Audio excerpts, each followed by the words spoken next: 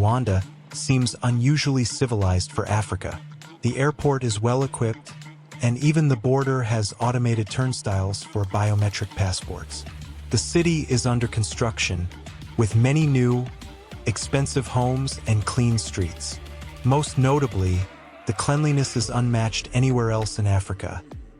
Not a single piece of litter or cigarette but can be found. Everything is spotless. Moreover, Rwanda is peaceful and safe. Shops display their goods openly on sidewalks rather than hiding them behind bars like in neighboring countries. 20 years ago, this once impoverished nation became the stage for unimaginable horrors. One ethnic group, the Hutu, began a merciless genocide of their Tutsi neighbors. 600 years of cohabitation had not been enough to reconcile these two groups. The horror unfolded as follows. On April 6, 1994, a plane carrying Rwandan President Juvenal Habyarimana, a Hutu, was shot down with a surface-to-air missile as it approached the capital, Kigali. The next day, Hutu extremists brutally murdered Prime Minister Agath Uwilingiyimana, a moderate Hutu advocating for equality between the two groups, along with her husband and 10 Belgian and 5 Ghanaian UN peacekeepers protecting her family. These events marked the beginning of the Tutsi genocide and the killing of moderate Hutus. The speed of the massacres exceeded that of Nazi concentration camps by 5 times. In 3 months, over 1 million people, 20% of the population, were killed. You might ask, were there no educated and reasonable people in the country? There were, of course, and their role in the genocide is now studied with horror. Rwanda, a poor country where most people couldn't afford televisions, had limited schools in rural areas, leaving many illiterate, especially among the older and middle generations. In such conditions, radio became the most popular medium for mass communication. Due to Rwanda's hilly geography, radio signals varied by location. Some rural villages near the capital struggled with reception, while distant areas often had excellent coverage. Radio Television Libre de Mille Collines, RTLM, or Free Radio and Television of the Thousand Hills, was initially created with noble intentions to educate the underprivileged population and build a harmonious modern society, targeted the middle and lower classes. RTLM was a private station funded by Western grants, yet it was also affiliated with the state-run Radio Rwanda, which provided additional funding.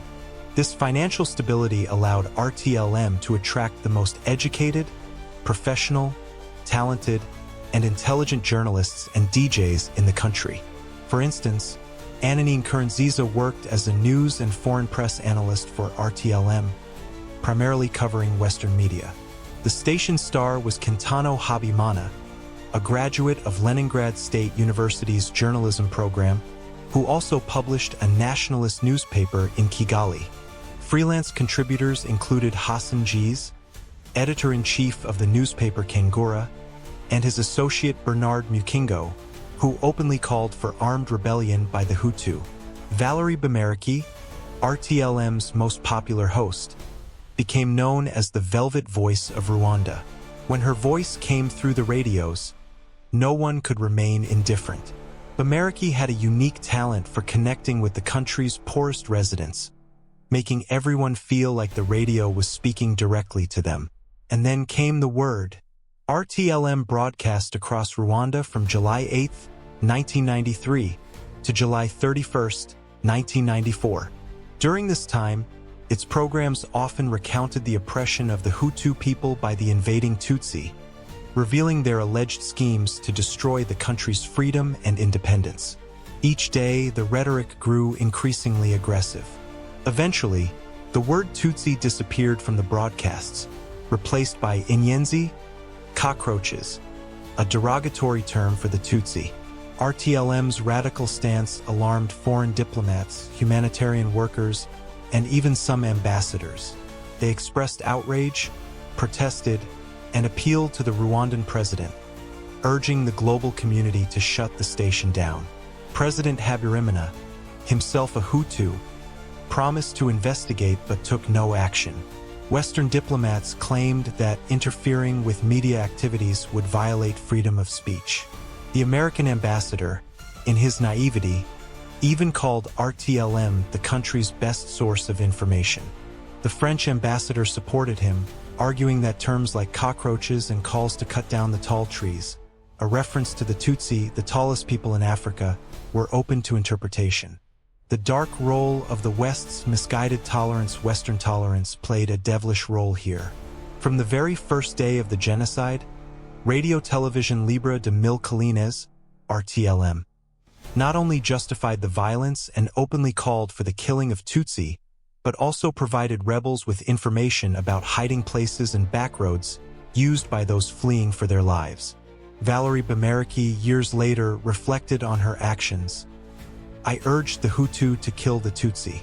I had to announce on air where they were hiding. The organization of the genocide was very meticulous. At all levels, we received information about their whereabouts. We explained on the radio that the Tutsi were hiding to later attack the Hutu. We made a mistake. We weren't vigilant.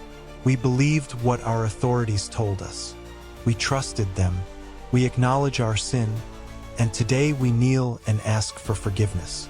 Broadcasts from RTLM, May 1994, presenter Habimana Quintano.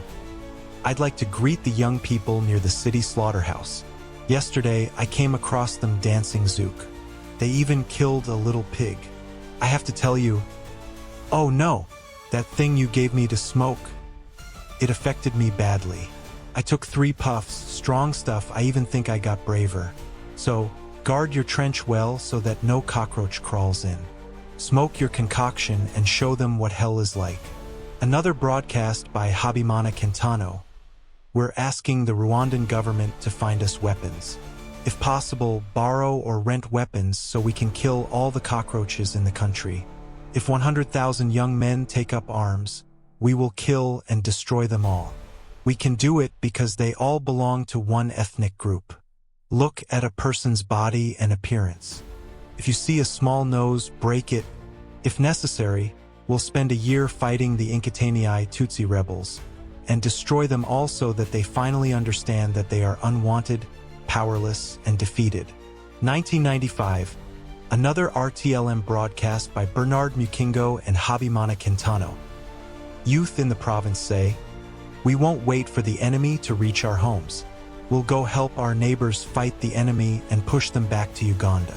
You can't imagine how happy I was to hear that. I told them, guys, keep it up.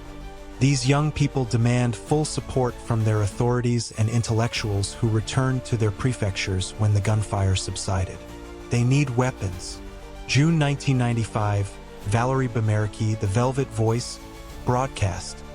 I'll tell you about a woman named Jean. She's a 6th grade teacher in Mamba village. She's doing nothing good there. She has a husband, Gaston, a Tutsi, who fled to Burundi. He left but is plotting against the Hutu in her village. Jean is supposed to kill them. He's doing everything possible to incite aggression, and Jean doesn't mind. She's teaching this to her students. She's teaching them to hate the Hutu. The children spend all day in school, so the good people of the village, known for their courage, should neutralize her. You understand she's a threat to the community.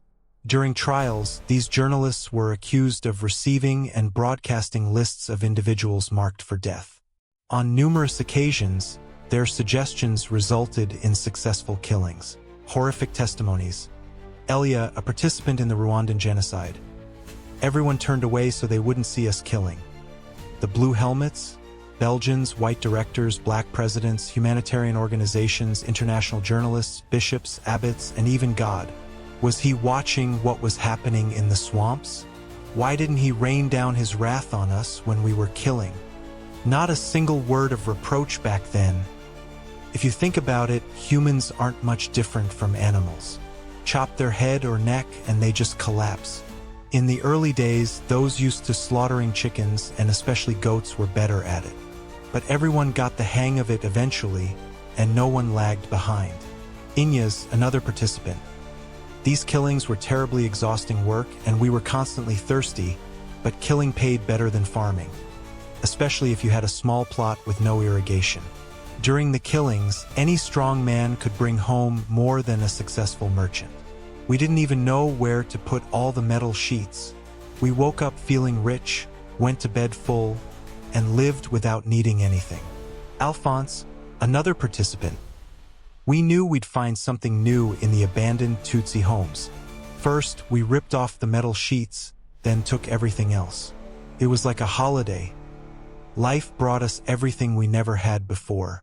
Every day you'd get a stove, beef, bicycles, radios, metal sheets, window frames, whatever you wanted. We told ourselves there couldn't possibly be another season this lucky. Neither gender nor age spared the Tutsi. Tutsi children weren't seen as children but as small cockroaches. In Kigali, Rwanda's capital, the genocide memorial honors the victims. A special section is dedicated to children, displaying photos of murdered Tutsi kids and the little information available about their lives.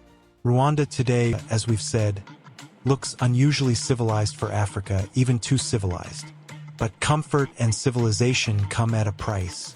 Rwanda is expensive by African standards. A taxi from the airport to the city, about 7 kilometers, costs $40. Rides within the city are about $15.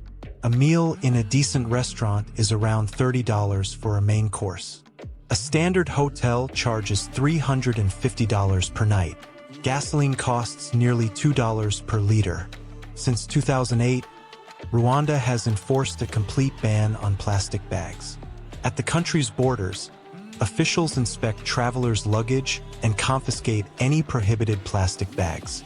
Tourists and journalists have quickly noticed cleaner streets and the absence of trash hanging from trees, a stark contrast to other African nations. However, the ban initially caused significant issues for some entrepreneurs. Market vendors and shop owners complained that cheap paper bags were of poor quality, while expensive ones made their businesses unprofitable. The Minister of Trade and Industry reassured them, promising an updated law on plastic bags. While the ban remained, the government allowed the use of biodegradable bags for trade. Stringent airport security in Kigali is known for its numerous checks. Security stops all cars on the approach to the airport. Passengers must exit with their belongings and place all luggage on a mat. A playful young German shepherd sniffs the bags, sometimes reluctantly, preferring to play with its rubber ball. After several commands, the dog lazily sniffs the bags before running back to its game. Before entering the airport, a guard checks tickets and passports, allowing passengers to proceed to a control point. Here, passports, tickets, visas, and vaccination certificates are inspected, with every passenger recorded on a separate list. Luggage is scanned, and passengers must remove shoes and laptops for inspection. The check-in and passport control processes are relatively smooth. However, further checks include another scan of belongings, a repeat inspection of shoes, and verification of visas, vaccination certificates, and boarding passes. Despite these thorough measures, traces of the infamous African inefficiency persist. Rwandans are bright and friendly, much like their colorful bicycles. The streets of Kigali are lined with armed security posts, contributing to the city's safety. It's safe to walk anywhere, day or night, without fear. Kigali is a hilly city, with the business district perched on one of its summits. This quiet area hosts the best hotels, restaurants, and embassies. The weather is mild year-round, averaging around 22 degrees Celsius. Despite the pleasant climate, local women often carry umbrellas. Taxis in Kigali are expensive.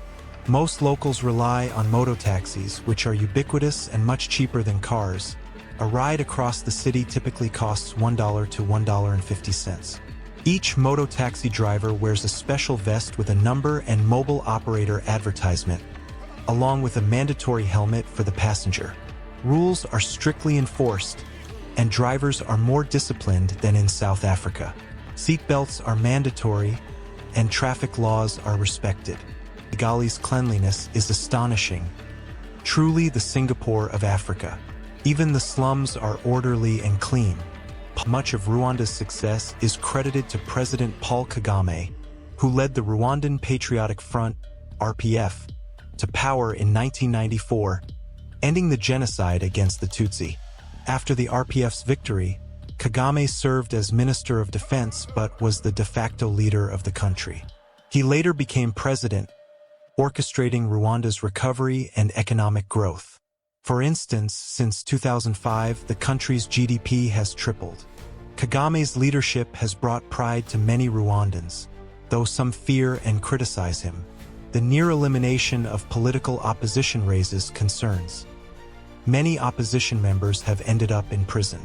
Nevertheless, Kagame's economic strategy, inspired by the success of Singapore, China, and South Korea, has yielded incredible results, transforming this small, once devastated African nation into a model of prosperity.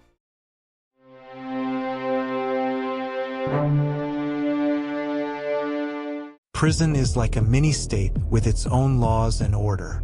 Mexican prisons are not just places of confinement but true territories of self-governance, or even small cities with their own laws, hierarchies, and harsh rules.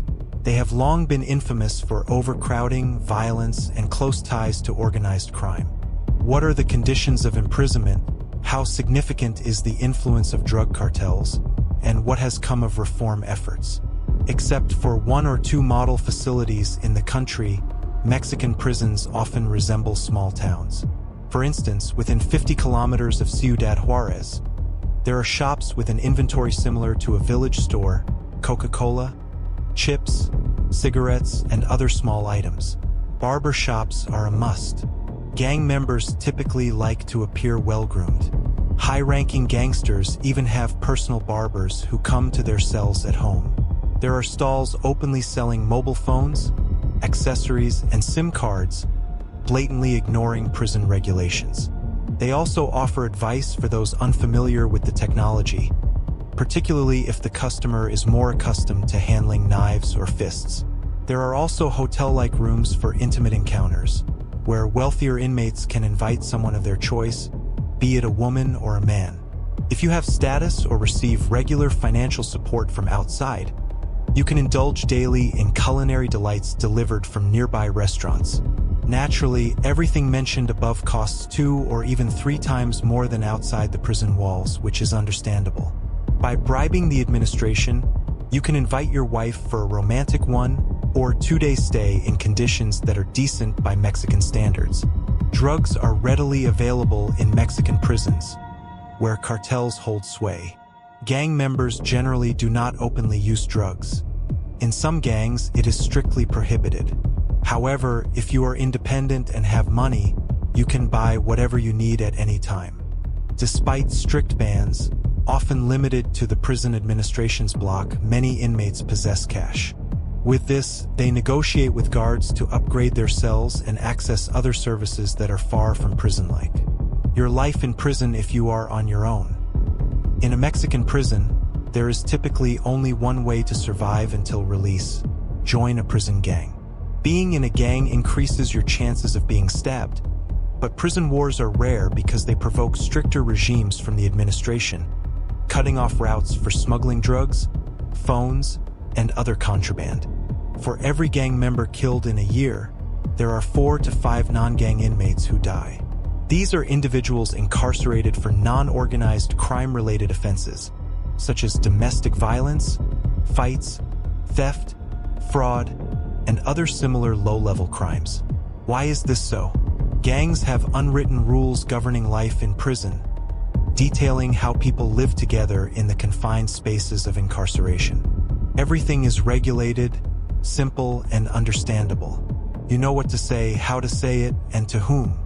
However, those who are unaffiliated, villainous bullies with dumb faces, heavy fists, and aggressive personalities, have slim chances of surviving their sentence, especially if it's a long one. Although they move quietly, like shadows, and never confront gang members, chaos reigns within their groups.